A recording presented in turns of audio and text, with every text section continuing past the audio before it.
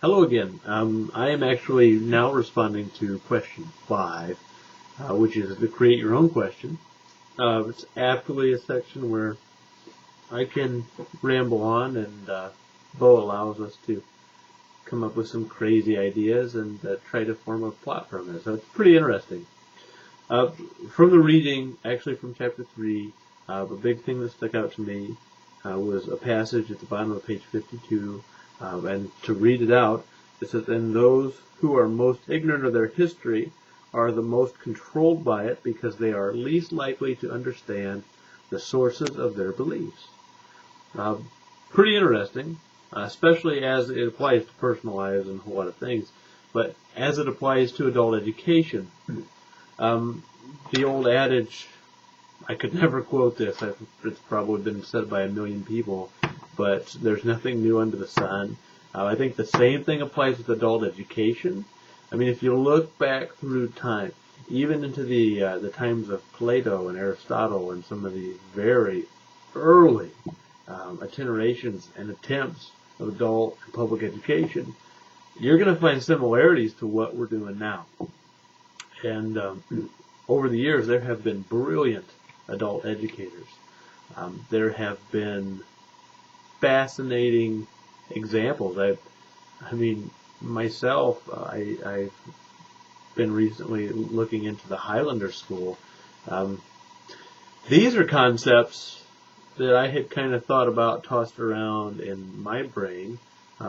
Certainly not to that depth, but just the concepts, the basic open forum, where we attack ideas as a group, kind of the flipped classroom where we put the burden of learning onto the students, where we transition from the teachers being just up there barking rote recital and encouraging students just to learn vocabulary, to where students actively participate and play a pivotal role in the class. So, again, flipped classroom model, not new. A lot of things. It seems everything that we love to attach a buzzword to, flipped classroom, CBE, all of these other acronyms and things that we come up with, they've been done before. So we can take credit for it. We want to put our own stamp on stuff. We want to publish. A lot of people love to publish academic journals and things, and more power to them. That's great. But in reality, it's a lot of times a regurgitation of something that has already been processed, which is where the literature review comes from. I mean, some of these articles have a very strong literature review component, and that is pretty much because these articles are drawn largely from historical works. So we're pulling from things that has been done before. It's pretty fascinating. So my question would be, how do we learn from the past, and how do we disseminate best practices from days gone by into current curriculum? And how do we do that in a manner that is efficient, that facilitates student engagement, that is appealing? Because there are some learning models, you look at it, that's like, this sucks, this is horrible. Many students, we tried rolling out hybrid classes, and what that pretty much did was its goal was to take lecture out of the classroom, and pretty much students read.